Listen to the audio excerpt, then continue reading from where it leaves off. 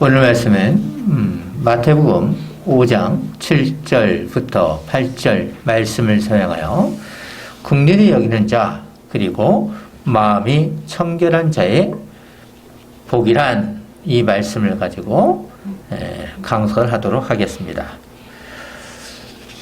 똥 먹는 한국 교회의 현실을 아십니까? 뉴스에 나온 사실이 있기에 더 기억하기 쉬울 것입니다. 상상도 할 수 없는 똥을 교회 신자들에게 먹인 사건입니다. 자신이 배설한 것도 보기 싫어 보는 것을 싫어합니다. 보는 것도 싫어하죠. 그런데 똥을 먹이는 교회가 있다는 것입니다. 정말로 끔찍한 것입니다. 정말로 끔찍하지 않습니까? 성경을 보아도 찾아보아도 이런 사건은 없습니다. 교회사를 보아도 똥을 먹인 사건을 듣지 못했습니다.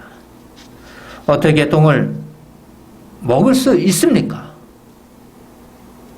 그러면 어떤 똥을 먹을 수 있는가에 대한 의문이 들 수 있습니다. 어떻게 똥을 먹을 수 있는가? 한번 생각해 보십시오. 추리를 해보면 이런 생각을 할 수 있을 것 같습니다. 지도자의 훈련 과정에 잘 길든 것 같습니다. 마치 그루밍과 같은 것이 아닐까 생각됩니다.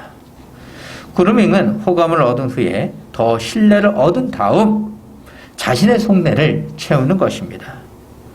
신자들은 목사에게 잘 보이기 위해 충성, 경쟁을 하다 보니 결국 똥을 먹기도 한 것 같습니다. 신자들은 서로 충성 경쟁을 하다 보니 마치 그루밍처럼 된 것 같습니다. 모든 교회가 이런 것은 아닙니다. 일부 교회이지만 세상 사람들은 교회를 어떻게 생각하겠습니까? 이런 사건을 생각하면 이단과 무엇이 다를까 할 정도입니다. 14만 4천 명만 구원받는다고 하는 그들은 교회를 이렇게 만들었습니다. 믿고 따르는 자, 시키는 대로 하는 자를 첨가하여 성경을 왜곡했습니다. 성경이 없는 말을 삽입하여 자신의 말을 잘 듣도록 했습니다. 자신들의 말을 잘 들어야 그리고 충성해야만 구원받는 숫자에 들어갈 수 있다고 합니다. 삼위일체만 아시는 구원의 무리를 어떻게 사람이 알 수 있겠습니까? 14만 4천 명을 어떻게 알 수 있겠습니까? 이런 말에 속아 넘어가는 신자들과 세상 사람들을 생각하면 마음이 뭉클합니다. 제발 성경을 바르게 아는 것이 중요합니다. 성경을 알기 위해서 목사는 교사로서 바르게 전할 수 있도록 노력해야 합니다. 목사도 신자도 모두 주님의 종입니다. 높고 낮음이 없습니다. 오히려 목사가 더욱더 무거운 짐을 지며 잘 가르칠 수 있도록 노력해야 합니다. 서로 성도로서 주님의 종입니다. 무조건 시키는 대로 따르는 자는 결코 구원과 멀어집니다. 성경이 말하는 대로 삶으로 하나님 나라를 구원해야 합니다. 드러내야 하는 것이죠. 그럴 때 우리는 산상수훈에서 말씀하시는 것을 따라 생활할 수 있습니다. 성경을 바르게 알기 위해 지팡이 교회는 지난주 강서를 기억해 보도록 하겠습니다. 산상수훈 중 온유한 자 그리고 의에 줄이고 목마른 자는 복이 있나니를 강설로 배웠습니다. 산상수훈은 하나님 나라에 대한 강설이라는 것을 잘 아실 것입니다. 마음으로만 아는 것이 아니라 삶 속에서 하나님 나라를 구현할 때 교회는 예수님의 명령이신 지상 명령을 감당할 수 있습니다. 우리는 자신의 죄를 알기에 하나님 나라를 알 수 있습니다. 신비롭지 않습니까? 자신의 죄 또한 하나님께서 은혜를 주셔야만 알 수 있기도 합니다. 자신의 죄를 안다는 것은 하나님께서 은혜를 주셨기 때문에 거듭난 성도가 될 수 있습니다. 하나님 나라를 아는 교회는 자신의 처지를 슬퍼하며 회심합니다. 돌이키는 것이죠. 자신의 영적 가난을 생각하며 애통하며 의를 구합니다. 그럴 때 우리는 하나님으로부터 위로를 받습니다. 하나님께서는 우리의 영적 가난에 영원히 잊지 않도록 하시며 의를 얻도록 하십니다. 하나님께서 사랑과 긍휼로 우리를 구원해 주십니다. 사랑과 긍휼로 우리에게 구원을 주십니다.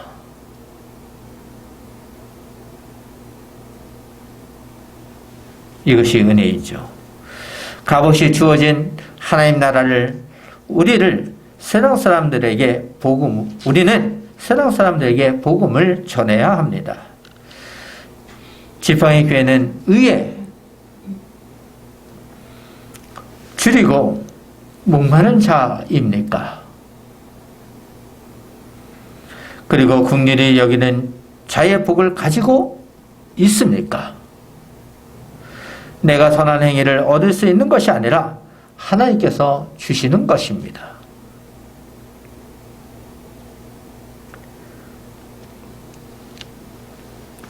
그러기 위해서 우리는 마음이 가난해야 합니다. 영적으로 가난한 자가 되어야 합니다. 세상의 것을 의지하는 것이 아니라 오직 하나님의 긍휼을 바라보며 기도해야 합니다. 내가 주인이 되는 것이 아니라 하나님께서 나의 주인이 되어야 합니다.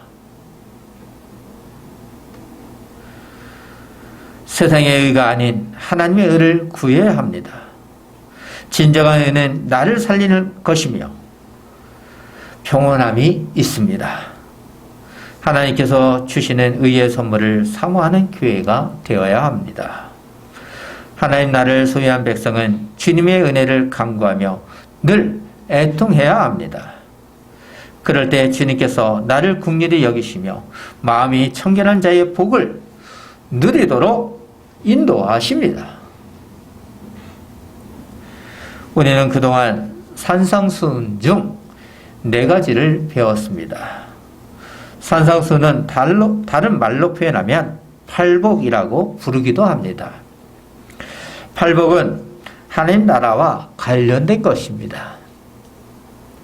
하나님 나라의 시민권자인 그리스도인의 성품을 잘 드러낸 것이 산상수훈, 즉 팔복입니다. 지난주까지 배운 팔복은 하나님 나라의 시민권자인 성도의 특성입니다. 하나님 나라의 특성을 품고 있는 그리스도인과 하나님과의 관계 속에서 드러나는 신자들의 성품을 의미합니다. 하나님 앞에서 성도의 모습을 비추어 본 결과 생겨나는 자기 이해나 행동으로 표현한 것입니다. 하나님과 신자들의 관계에 대한 것을 배운 것입니다.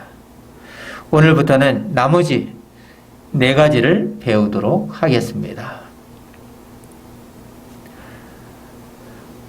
우리가 오늘부터 배울 4가지의 특성은 세상 사람들과 관계 속에서 드러나는 신자들의 성품입니다. 어떠한 삶인지 우리는 주님께서 말씀해 주신 산상순을 통해 알아가도록 하겠습니다. 오늘은 긍휼히 여기는 자 그리고 마음이 청결한 자의 복이란 강서를 통해 사람들과의 관계 속에서 드러나는 신자들의 성품을 알아가도록 하겠습니다. 그리스도인은 자신의 영적 가난을 슬퍼하던 자가 그처럼 목마르게 바라던 의로 체험받은 이후에 겪게 되는 변화에 대하여 가르치고 있습니다. 하나님을 알기 때문에 더욱더 자신의 변화를 보며 또한 세상 사람들을 보며 안타까워하는 것입니다. 세상 사람들과의 관계 속에서 자신의 삶이 변화되는 과정입니다. 마치 정군과 같이 되도록 훈련의 단계를 거쳐가는 것이라고 할 수 있습니다. 오늘 본문 7절을 보시면 긍휼히 여기는 자는 복이 있나니 그들이 긍휼히 여김을 받을 것이며 라고 하셨습니다. 이 말씀을 아무런 생각 없이 생각하면 이렇게 오해할 수 있습니다. 우리가 먼저 이웃에게 선한 마음으로 긍휼을 베푸면 하나님께서도 우리에게 긍휼을 베풀어 주신다고 생각하는 것입니다. 마치 지성이면 감천이라고 생각하는 것입니다. 이것은 대가를 하나님께 요구하는 것입니다. 세상 사람이 됐든 그리스도인이 됐든 하나님께 대가를 바라보며 신앙생활하는 것이 아닙니다. 내가 이만큼 선한 일을 했으니 하나님께서는 나의 소원을 들어주셔야 한다는 것입니다. 좋은 것 같지만 이런 생각은 하나님이 누구신가를 오해한 것입니다. 산상수훈은 예수님을 믿고 따르는 자들에게 하신 강선입니다. 하나님 나라의 은혜에 참여한 백성에게 주어진 말씀입니다. 하나님의 백성이기에 우리는 세상 사람들과의 관계 속에서 무엇을 바라고 선한 영향력을 미치는 삶을 생활하는 것이 아닙니다. 그리고 선한 영향력으로 즉 공덕을 쌓았으니 하나님께서 나의 소원을 들어주셔야 한다는 것이 아닙니다. 언어에서 말하는 긍휼히 여기는 자는 동사가 아니라 형용사입니다. 즉 세상 사람들에게 긍휼을 베푸는 행동이 아니라는 것입니다.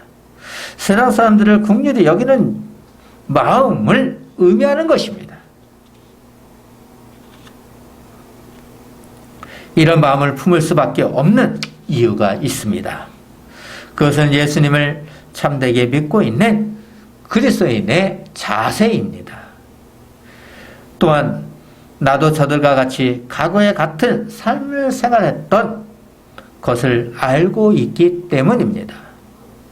그래서 긍휼히 여기는 것입니다. 마음에서 진정 우러나오는 긍휼이 있어야 되는 것입니다. 그러면 마음은 중요하고 행동은 중요한 것이 아닙니까? 그렇지 않습니다. 마음으로는 다른 생각을 하며 마음이 더욱 중요하다는 것이지 행동이 중요하지 않다는 것이 아닙니다. 마음으로는 다른 생각을 하며 공덕을 쌓고자 하는 것은 하나님을 이해하지 못하는 것입니다. 긍휼히 여기는 자의 삶을 이야기할 수 있는 것이 바로 선한 사마리아인의 비유입니다. 선한 사마리아인은 누구였습니까? 하나님을 믿는다고 하면서 외면하는 자들이었습니까? 오히려 선한 사마리아인이 강도 만난 사람의 상처를 씻어주고 여관으로 데려가 치료해 주었습니다. 성전의 일을 잘 감당하는 레위인은 그렇지 못했습니다. 오늘날로 비유하면 그리스도인이라고 할 수 있습니다. 그렇기 때문에 예수님을 바르게 믿어야 한다는 것입니다. 마음으로는 예수님을 믿는다고 하면서 레위인과 같은 행동을 한다면 그리 좋은 모습은 아닙니다. 선한 사마리안처럼 마음과 행동으로 하나님 나라의 시민권자의 모습을 드러내야 합니다. 사람들과의 관계 속에서 긍휼히 여기는 자의 모습이 드러나야 합니다. 주님께서 보여주신 하나님의 의가 사랑에 근거하고 있는 것처럼 의를 행할 때, 즉 복음을 증거하는 삶 속에서 주님의 의, 하나님의 의가 있어야 합니다. 사람의 마음에서 나오는 긍휼함이 아니라 하나님께서 주신 마음으로부터 나오는 긍휼히 여기는 자의 마음이 있어야 합니다. 하나님께서 주시는 긍휼, 그 긍휼이 나의 마음속에서 나와야 되는 것이죠. 왜냐하면 하나님 나라의 풍성한 은혜와 축복을 일관되게 증거하고자 하는 신자들의 성품이 있기 때문입니다. 성경은 이렇게까지 말씀하셨습니다. 잠언 25장 21절을 보시면 내 원수가 배고파 하거든 음식을 먹이고 목말라 하거든 물을 마시게 하라입니다. 이런 점을 생각하면 우리가 얼마나 나약한 존재라는 것을 알 수 있습니다. 그래서 우리는 늘 애통하며 하나님의 의를 구해야 하는 것이고 심령이 가난한 자가 되기 위해 주님을 바라보는 것입니다. 주님만 바라보는 것입니다. 내가 할 수 있는 것은 주님께서 주시는 은혜로 감당할 수 있는 것입니다. 불교에서 말하는 자비와 다른 것이 사랑입니다. 불쌍한 처지에 있는 사랑을 주님처럼 우리도 긍휼히 여기는 마음이 있어야 합니다. 긍휼히 여기는 자는 하나님의 사랑을 아는 것입니다. 그렇지 않다면 하나님으로부터 긍휼의 사랑을 경험하지 못한 것입니다. 마음에서 나오는 울분과 애절함이 있어야 합니다. 그럴 때 마음으로부터 행동이 나오는 것입니다. 주님께서 주시는 구원을 받는 자만이 누릴 수 있는 사람들과의 관계에서 나오는 성품입니다. 긍휼히 여기는 복을 받은 자에게서 나오는 가장 중요한 변화입니다.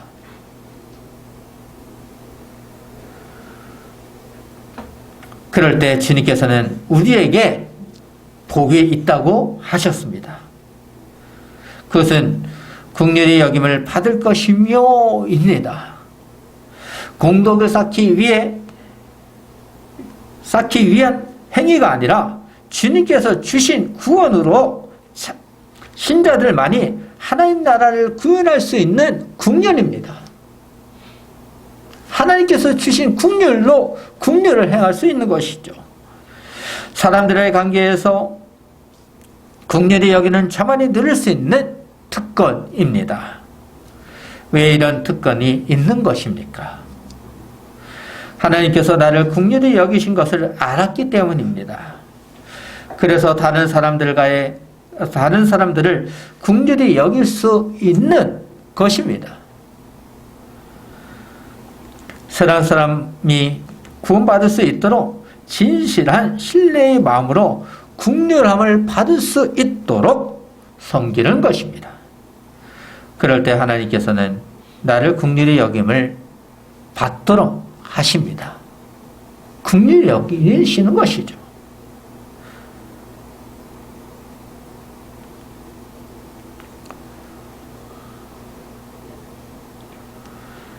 하나님께서 주시는 긍휼이 더욱 풍성해지는 것입니다. 제약된 세상을 긍휼히 여기며 세상의 참된 회복을 위해 실천하는 자에게는 신실하신 하나님의 긍휼함을 받는다는 것입니다. 동정심으로 사랑의 긍휼을 베푸는 것이 아닙니다. 나와 같은 과거의 모습을 보며 그 사람도 구원을 받을 수 있도록 긍휼을 베푸는 것입니다.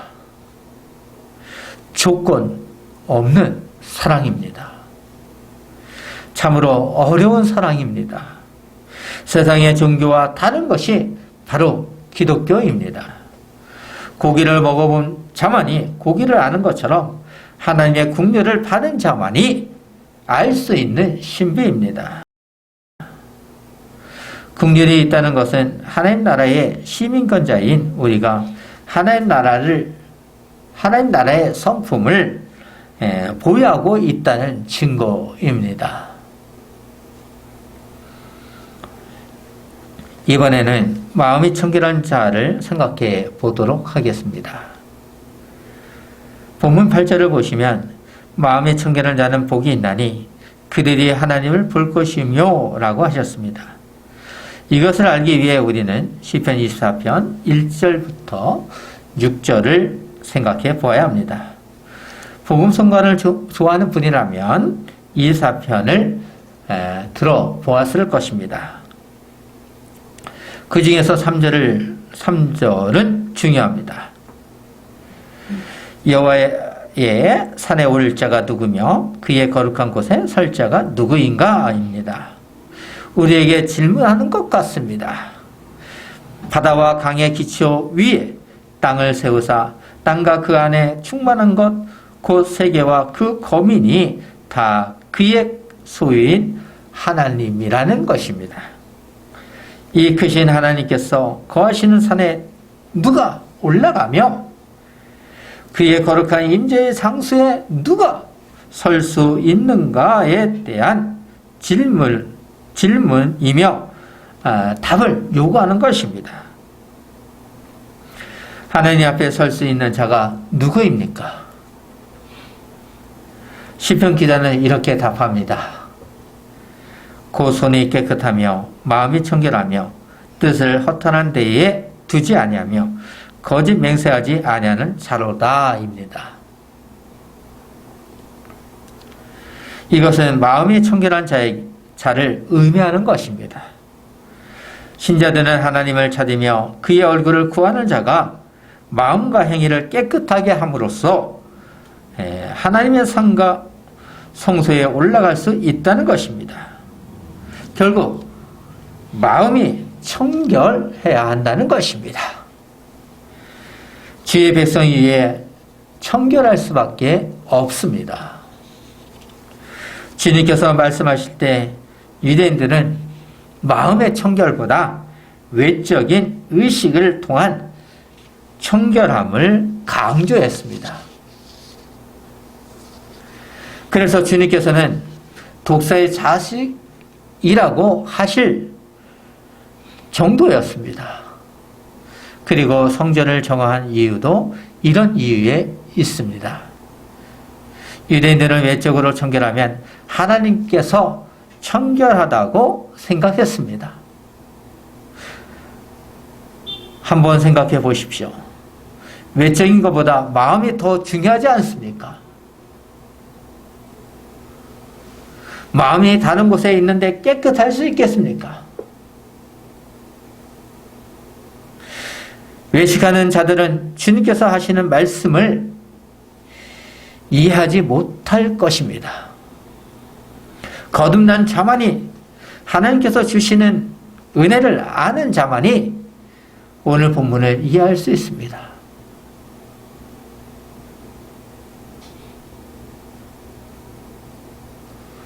우리도 하나님의 긍휼이 있기 원합니다.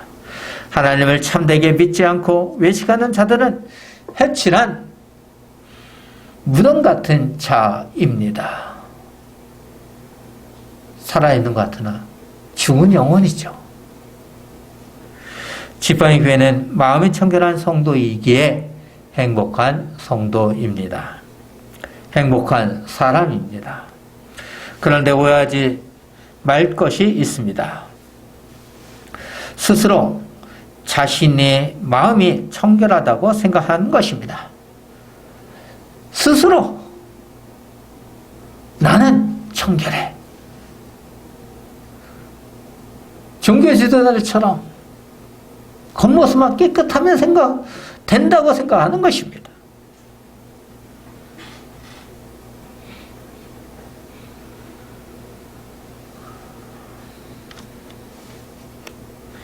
마치 해탈의 경지에 오른 것처럼 생각하는 것입니다. 이것은 하나님의 사랑을 오해한 것입니다. 우리는 내가 청결해지고 싶어서 청결해진 것이 아닙니다. 하나님께서 말씀을 이해하도록 하심으로 나는 회개하고 회심함으로 청결한 자가 될 수 있었습니다. 예수 그리스도의 피로 씻음을 받아 정결하게 된 것입니다. 주님의 사랑으로 거듭난 성도는 누구나 하나님을 본 것입니다. 직접 눈으로 본 것이 아니라 마음으로 본 것입니다. 마음으로 보았지만 하나님께서는 당신님을 잘 알 수 있도록 하셨습니다. 사랑하는 성도님, 하나님을 본다는 것은 신자들의 최고 행복이며 최고의 소망입니다. 죄로 인해 사람은 하나님을 볼 수 없습니다. 그러나 구원으로 인해 사람은 하나님을 다시 볼 수 있습니다. 하나님은 영이시기에 우리는 육안으로 볼 수 없습니다. 하지만 하나님의 임재 속에서 하나님과의 교제로 볼 수 있습니다. 그러면 어떻게 하나님과 교제해야 합니까? 하나님을 보기 위해 어떻게 해야 하는가입니다.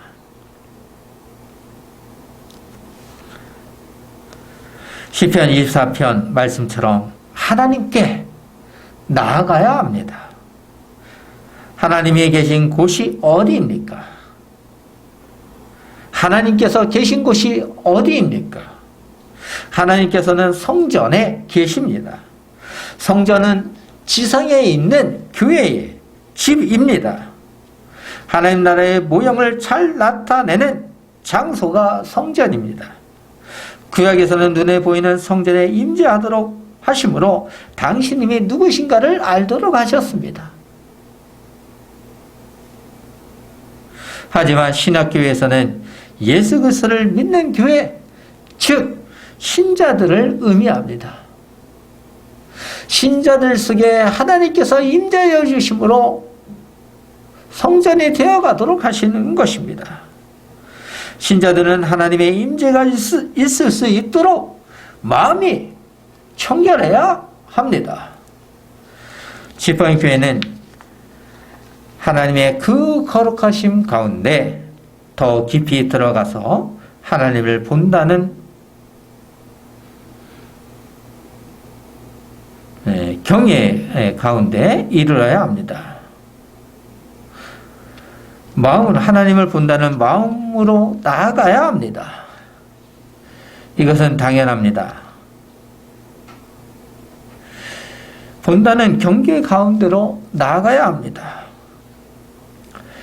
그것이 하나님께서 우리를 택하여 내신 중요한 목적을 종합적으로 표현한 말이기 때문입니다. 하나님을 깨달았다는 것은 하나님의 지식으로서 우리의 인식이 좀 더 명확해지는 의미를 말합니다. 그렇기 때문에 더욱 하나님께 나아가야 합니다. 그럴 때 하나님을 볼 수 있습니다.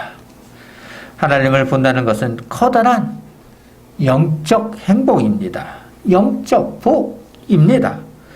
지금은 신앙의 눈으로 하나님을 볼 수 있지만, 하나님을 보지만, 결국에는 눈부신 강체 속에서 하나님을 보는 날이 있습니다. 그날은 주님의 재림입니다.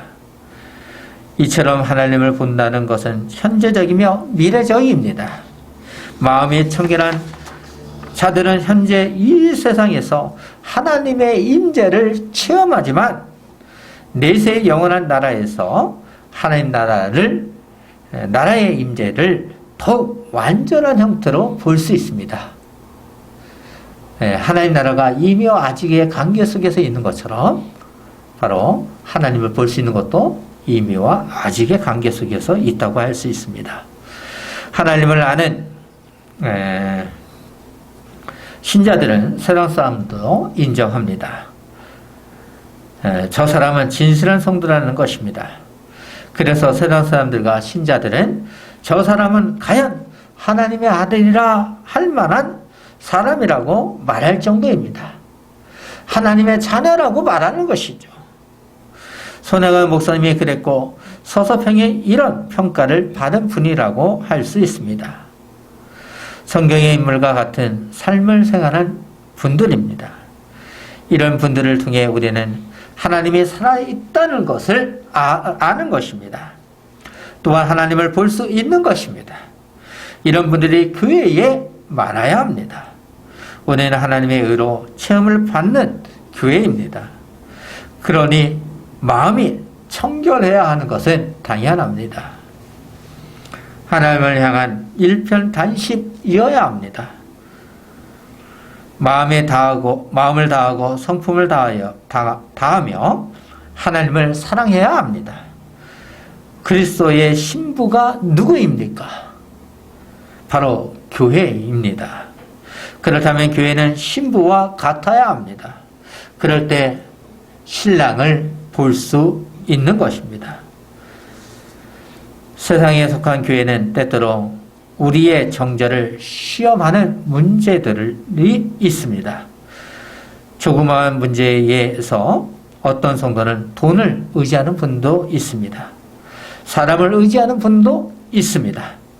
그 외의 것을 의지하는 것이 타락한 사람의 모습입니다.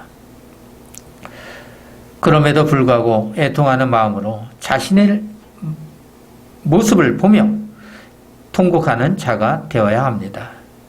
애통한다는 것은 하나님으로부터 긍휼을 받을 것입니다. 그러면서 마음이 청결할 수 있도록 하나님께서 인도하여 주십니다. 우리가 승리할 수 있도록 하나님께서 당신님이 누구신가를 알도록 하십니다. 또한 우리가 승리할 수 있도록 하나님께서 당신님을 볼 수 있도록 하십니다.